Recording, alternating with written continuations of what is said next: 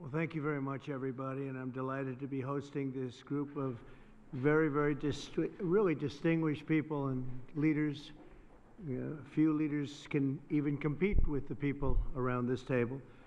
They're from Central Asia, and it's a magnificent part of the world. It's also a strong part. It's a tough part, and there's nobody tougher or smarter than the people we have gathered tonight. I'd like to thank Vice President J.D. Vance and Secretary Rubio, Secretary Bessent, Special Envoy Steve Witkoff, Ambassador Sergio Gore, going to India very shortly. Congratulations, Sergio.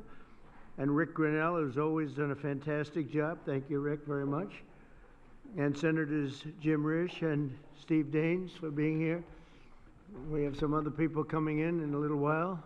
Very distinguished people. I've just completed a series of outstanding bilateral meetings with these leaders in the Oval Office to discuss our ties with this very important part of the universe. We're strengthening our economic partnerships, improving our security cooperation, and expanding our overall bonds. A tremendous amounts of trade was done just in the last little while. Lots of great products, military products and otherwise, are being bought from the United States. We make the best military equipment by far in the world, and they understood it, really have understood it for a while, ever since I've been in office, where we rebuilt completely our military. I want to thank all of the leaders for being here and for their dedication to a strong relationship with the USA. The nations of Central Asia, known as the C5, sit at the historical and geographic crossroads of the world. These nations were once home to the ancient Silk Road connecting east and west. Great history, tremendous, beautiful history. Today, their location in the heart of Eurasia gives them incredible importance and unbelievable potential. Sadly, previous American presidents neglected this region completely. It's an unbelievable region, and by the way, it happens to be an extremely wealthy region, too. But we are fixing that mistake, and I'm committed to making America's partnership with each of these countries stronger than ever before. And I've had a relationship long before this. We've had a great relationship with some of the leaders sitting at the table, and I understand the importance of this region. One of the most important regions. A lot of people don't know that or didn't know that. One of the key items on our agenda is critical minerals. In recent weeks, my administration has strengthened American economic security by forging agreements with allies and friends across the world to broaden our critical mineral supply chains. We had a great relationship and a great meeting with President Xi of China. And we went also, as you know, our new and fantastic Prime Minister of Japan. If you take a look, what we've done is pretty amazing. We were with the President of South Korea. We went to Malaysia and lots of other places, and had a lot of meetings while in South Korea, and I think it was a tremendous period of time. We took in at least $2 trillion pouring into our country. There's never been anything like it. We have almost $18 trillion of investment, and by the time we finish out our first year, we probably will have about 20 or 21 trillion, with a T, trillion dollars of investment, and there's never been anything like that in the history of the world, not just the United States. This is really the world we're talking about, nor has anything been close. It's a great honor. I've had a very talented team next to me, but it's a great honor to have that kind of economic power. This was helped greatly by tariffs. It was helped greatly by November 5th, which was the election, presidential election. But our countries and the countries that we're dealing with, they're promoting security, stability, and everything else that you can imagine for the entire world. 3 months ago, my administration also brokered a historic peace agreement between nearby Armenia and Azerbaijan, one of the 8 wars that we ended in 8 months. At that time, 8 months, we're looking to end one more, if that's possible. Russia and Ukraine. We haven't gotten there yet, but I think we've made a lot of progress. As I said at the time, that historic accord includes the construction of the new Trump route. It's such a beautiful thing. They named it after me. I really appreciate it. It's actually a big deal. But it's the new Trump route for international peace. This is a road that's being carved and goes through some of the most important places anywhere in the world, some of the most important places economically also anywhere in the world, which will boost commercial activity on the other side of the Caspian Sea, helping nations throughout Central Asia. I'm optimistic that each of the countries here today will reap the benefits of peace if they embrace the opportunity that we've unleashed with the agreement. Some of the countries we're talking about and some of the countries represented here are going to be joining the Abraham Accords, and that those announcements will be made over the next little while. The Abraham Accords are very sought after right now. We're going to be announcing some very important countries that are joining, and for Jared and for Steve Witkoff, we appreciate the great job you've done. This evening, I'm also delighted to report that Kazakhstan has officially agreed, and that's official now, as of about 15 minutes ago. A tremendous country with a tremendous leader has officially joined the Abraham Accords. And I just want to thank you, Mr. President. It's a great honor. It's a tremendous honor to have you. Really great. Once again, I'm grateful that each of these respected leaders has made the trip to Washington, and I'm delighted to continue our conversation over dinner. We're going to have a little working dinner, short one. They've been flying a long way. It's a long flight, but we're going to have a quick but very fruitful dinner. I want to thank the media. You've covered it very fairly, and it's really a great honor to be with these incredible leaders. These are highly respected people, and there's no games. They don't play games, I want to tell you that. So maybe I'd like to ask you, Mr. President, to say a few words if you'd like, and we can go through the list of the 5, and then we'll have a little dinner, please. Mr. President, first of all, I would like to express my sincere gratitude to you for convening this truly historic meeting at the White House. And under your steadfast leadership, this summit marks the beginning of a new era of interaction between the United States and Central Asia. Precisely 1 year ago, you achieved a landslide victory in historic election which was absolutely clean and fair. And once again, my congratulations. Thank you. And my strong belief that, Mr. President, you are the great leader, statesman, sent by heaven to bring common sense and traditions that we all share and value back into the United States policy, either domestic or foreign. Therefore, millions of people in so many countries are so grateful to you. And I'm convinced that your wise and bold policy needs to be strongly supported worldwide. Thank you. Under your presidency, America is ushering in a new golden age. I commend your far-sighted vision of making America great again. This inspires me to pursue target-oriented strategy towards building just and strong Kazakhstan on the basis of my concept, law and order. As President of Peace, you, Mr. Trump, brought to an end 8 wars just within 8 months. Thus, you have evidently reinforced America, its role as a pillar of international stability. Mr. President, I highly appreciate your unwavering support to advancing Kazakh-American multifaceted cooperation. As early as in your first term in the White House, our relations have been legally fixed as enhanced strategic partnership. The United States is the largest investor with over $100 billion in our economy as its perpetuum mobile. Our trade turnover has doubled in recent years and is approaching $5 billion. We cover almost 25% of America's domestic uranium demand. Kazakhstan has become a home country for 600 American companies.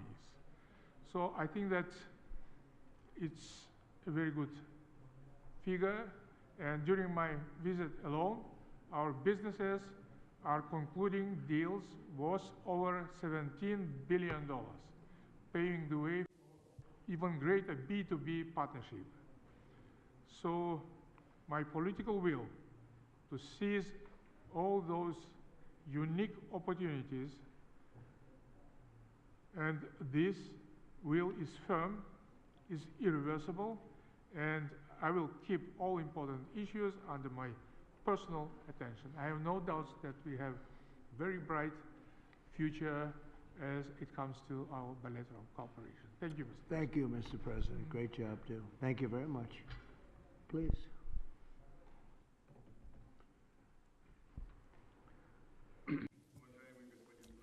Esteemed Mr. Trump, we highly value your personal contribution to reboot process of C5+1. Before that, none of the presidents of United States of America never treated Central Asia as you do. Me personally and all my colleagues are grateful to you. We've felt your close attention, your attitude, and it means a lot for us. Thank you very much for that. In reality, indeed, I'd like to repeat myself. I've told you that already. In Uzbekistan, we call you the president of the world. You've done a lot. You were able to stop 8 wars, and I'm convinced that the war between Russia and Ukraine can be only stopped by you, and we are very much hopeful for that. Today's summit shows that the United States of America foresees Central Asia as key partner. Together, we develop future which is based on trust and pursuance to creation. I have a number of proposals. We would like to establish a permanent secretariat and place it based on rotations in different countries of Central Asia. Number 2, to establish a coordination council on investments and trade, and to provide for the systemic dialogue between public authorities and companies. We think that the idea to establish a Central Asian investment partnership would be a good idea. So we were able to agree on that in 2020. We are ready to continuously work with the U.S. on establishing communicational and energy projects, transportation, to link Central Asia and Europe, applying and using Trump route. 3-year plan has been established, as I told you already, to implement our investment program for $34 billion. Those are large projects, and we've discussed it with you already, both in New York and today. I've mentioned it to you, so we have strong perspective. Once again, I would like to express my deepest gratitude for all that has been already done. And we will take back a lot of results from this summit. It is a landmarking summit, and your attitude towards all of us means your great support to us to strengthen Central Asia and to strengthen the between Central Asia and the U.S. C5+1 have to become efficient mechanism of our practical partnership. And I propose to host our next summit in 2026 in Samarkand to establish this further. I'm pretty sure that, I'm convinced, Mr. Trump, that under your leadership, it will be a strong partnership. Thank you very much for your attention, and we will be well prepared for the summit in Samarkand. Yeah. Thank you, Mr. President. Please.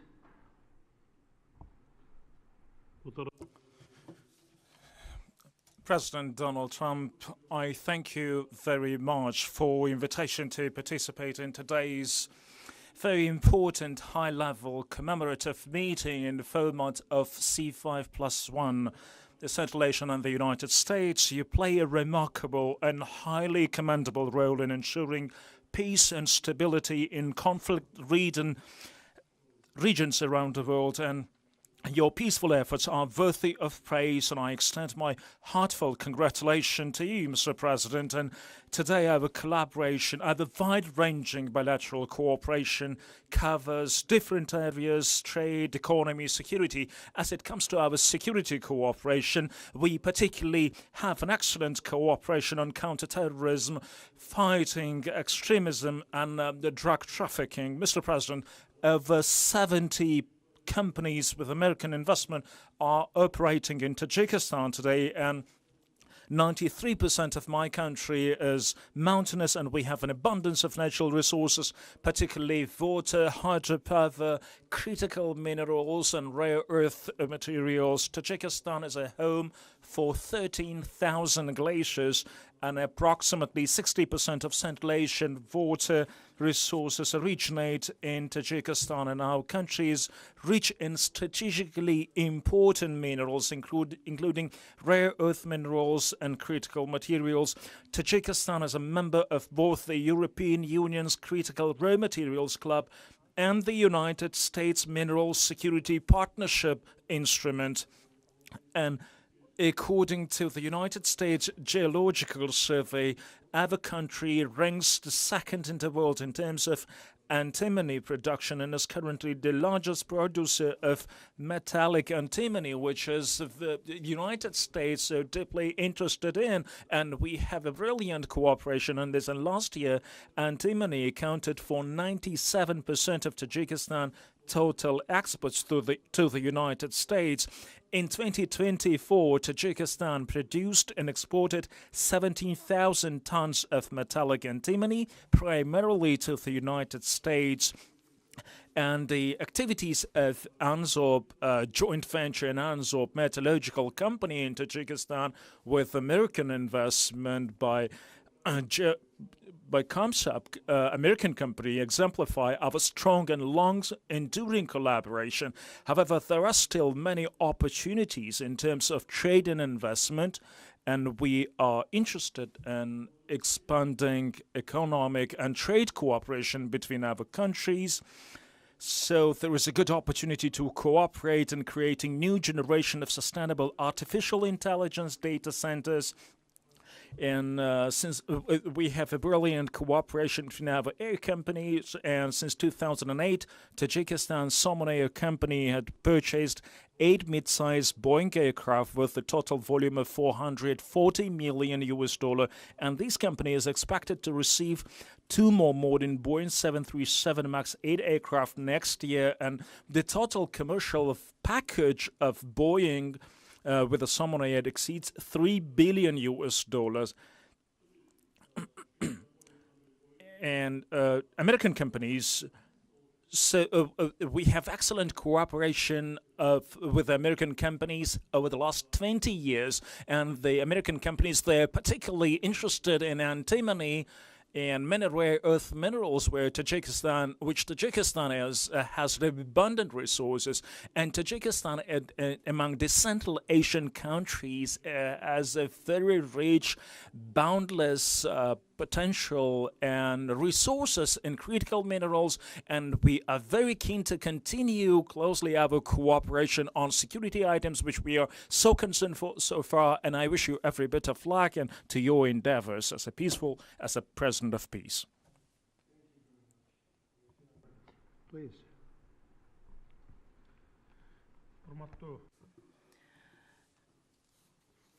Dear mass media representatives, for me, it's a great pleasure for me to hold a bilateral meeting with President, His Excellency Donald Trump, and to participate in the C5+1.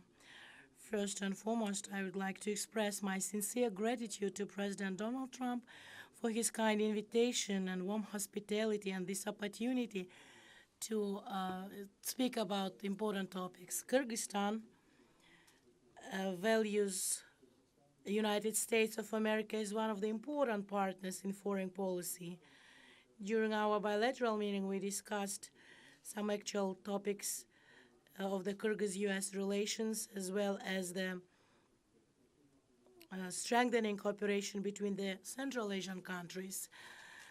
With regard to Kyrgyz-American relations, I would like to emphasize 4 main areas: economy and investment, including tourism, hydropower development, digital economy, artificial intelligence, and information technology, ensuring peace and security and stability. In this context, I wish to highlight the significant contribution made by President Donald Trump to strengthening global stability and to ending conflicts in different parts of the world.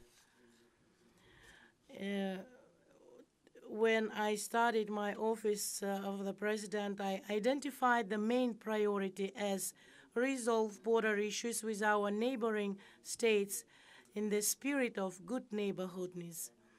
Today, after 5 years, I am pleased to note that together with my counterparts, we have successfully achieved this goal, most importantly through peaceful means. As a result, the role of Central Asia in global politics has grown substantially, and major powers have shown increasing interest in cooperation with the region. The C5+1 format has become an important platform for advancing political dialogue, and I'm very glad about that. I would like to express my special appreciation to Your Excellency President Donald Trump for initiating and hosting today's summit, and we really feel warm hospitality. We highly value this step and regard it as a demonstration of the United States' goodwill and commitment toward Central Asia and friendship. I am confident that our joint efforts will lead to concrete, mutually beneficial outcomes for both nations and people. Thank you very much for your attention. Thank you very much. Thank you very much. Please.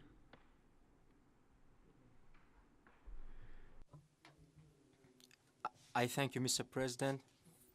First of all, I would like to express my deep gratitude, Mr. President, for the invitation to attend this C5 Central Asia plus US Summit. We consider that we recognize the good results that made since the development of this format, and of course we expand the cooperation in such strategically important areas as security, economy, energy, and environment. We believe that the results of this summit will lead us to further expansion of multi-phase cooperation between Central Asia and the United States of America. I do appreciate, Mr. President, for your warm hospitality. I do appreciate. Thank you very much, and thank everybody.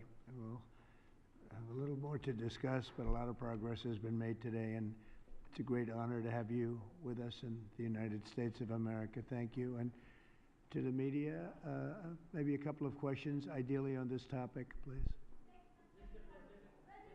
Please. Kazakhstan and the US have signed over $17 billion in new deals in aviation, minerals, and digital technology. In your view, which area of this partnership matters most? And second question, President Trump, when can we report that you will be the first US president to visit Kazakhstan? When will you be our guest? I think it's very possible that we'll do that. And I think all of those are very important items when you think of it, right? It's, you never know from year to year. One becomes more important than the other, but they're all important, and your country has great natural resources and a great president. Very great president. Thank you. Okay, thank you very much. Yes, please. Vanik amendment. We are just expecting. What, say it again? Jackson-Vanik amendment. Oh, go ahead. Yeah, go ahead. Well, thank you, Mr. President. Look, Jackson-Vanik is overdue to be repealed. With the help of the president, with working with the president, we are going to get that repealed in the very near future. Thank you, Mr. Okay, thank you very much. Yes, please. President, on this topic, Kazakhstan already has diplomatic relations with Israel. Can you talk about the significance of this agreement in terms of what it would signal to the region as Gaza moves toward rebuilding? And on the shutdown, there's been discussion about potentially a deal, but it would involve rehiring the federal workers who were laid off. What's your opinion of that? Well, we're going to see about the shutdown. Look, the shutdown is caused by the Democrats, and we're not going to spend $1 trillion or $1.5 trillion on health care for people that came into our country illegally, many of them from prisons and many of them drug dealers and murderers, 11,888 murderers. We're not doing that, so we'll see about that. We shouldn't, they should have, as they've done always in the past, it should have just been extended. It could have been extended very easily, and it should have been. Yes, please. The Abraham Accords is significant, sir, given that they already have diplomatic relations with Israel, what this agreement is supposed to signal? You want to answer that, please? Yeah, so I think the diplomatic significance is that it gives great momentum to the Abraham Accords. And to recap for those those who are listening who don't appreciate, the Abraham Accords, of course, is the historic agreement struck by the president in the first term to rebuild the alliance structure and the relationships between Israel and a number of the majority Muslim countries in that region of the world. What the president has done is actually signaled that the momentum of the Abraham Accords is alive and well in the second administration. I think it's not just going to be Kazakhstan, but also a number of other countries that join in the months to come. So it's a great signal, a great act of friendship, and a great sign that the Abraham Accords is alive and well. Marco? I think that's the wrong way to analyze it. There's a lot of countries that have diplomatic relations with one another. The Abraham Accords is a partnership. It's an enhanced relationship beyond just diplomatic relations and having embassies in each other's capitals. It is, and it's not just with Israel, it's with all the other countries that are part of the Accord. You're now creating a partnership that brings special and unique economic development on all sorts of issues that they can work on together. So that's really the benefit of it, and the strength of it is to have majority Muslim countries, the Jewish state, able to partner on things to show the world that it is possible. Essentially, we've really expanded the Abraham Accords, and one of the reasons is we are right now in negotiations or talks with many countries that really wanted to come in, but they couldn't because of the status of Iran. When Iran had a possibility of nuclear weapons, which they do not have now, when Iran was the bully of the Middle East, let's call it the bully of the Middle East, which it isn't anymore, they had a hard time going against that. I understand that. Now that Iran has been very much decimated in terms of their nuclear and in terms of their regular, because of the actions we took with those beautiful B-2 bombers and other things, people really want to come in. And so we are in very active discussions with the more traditional potential members of the Abraham Accords. The four originals are phenomenal, and they're doing really well. They're making a lot of money with trade and other things being in the Abraham Accords, and we're expanding it a little bit. When a few of these countries come in, that's a great expansion, and these are very substantial countries. So we consider that a great honor. It was brought to our attention that they wanted to do that, and we think that's great. So it's really an expansion of the Abraham Accords, okay? Hi, Mr. Yeah, please, President. go ahead. Yes, thank you so much for your time, sir, on these important issues. I wanted to hear if you have an update on the Russian oil sanctions. We're seeing reports that the exports are way down. So how do you think that could affect the war in Ukraine, the United States' interests, and your partners here tonight, too? Well, I can say that the exports from Russia are way down. We'd just like to see an end to the war. We'd love to see an end to that war. So many people are being killed. A lot of Russian soldiers are being killed. So we think at some point they're going to get very smart and they're going to do that. So, yeah, Russian exports are substantially down. What is your Trump doctrine on foreign policy, is in particular related to South and Central Asia and China? Well, look, we had a tremendous meeting, as you know, with President Xi in China, and my doctrine would be denuclearization, because we have enough nuclear. We're number one, Russia's number two, China's number three, way behind, but they'll be even in 4 or 5 years. They're, working overtime on nuclear weapons. I think that denuclearization would be a great thing. We could blow up the world 150 times. There's no need for this. So I really think we're going to have, I've spoken to President Putin about it. I've spoken to President Xi about it. and everybody would like to spend all of that money on other things, people that really, things that can benefit people now. So I think something like that could happen, the denuclearization. It's really, I want peace through strength, but we want peace all over the world, and we're very close to getting it. We had a lot of wars raging that people didn't know about. Now they're not raging anymore. We have one left, and we're going to hopefully get that taken care of. Yes, sir, go ahead. Mr. President, do you have an update on how soon that international stability force may be on the ground in Gaza? Very soon. It's going to be very soon. And Gaza's working out very well. And you haven't been hearing too much about problems. And I'll tell you, we've had countries that have volunteered. If there's a problem with Hamas, as an example, or a problem with anything, but they volunteered to, on a single basis, go in and take care of it. We have very powerful countries in this coalition. And it's not, this is because I've heard some of the press saying, well, it's a very tentative, or it's not tentative. This is a very strong peace. This is peace in the Middle East. Hamas is a very small part of it, very, very small part. And if they don't do as they said, if they don't behave, then they've got themselves a big problem, a really big problem like they've never had. But so far, it seems to be working out very well. But that's a very small part of what we're talking about. That's a part of Gaza.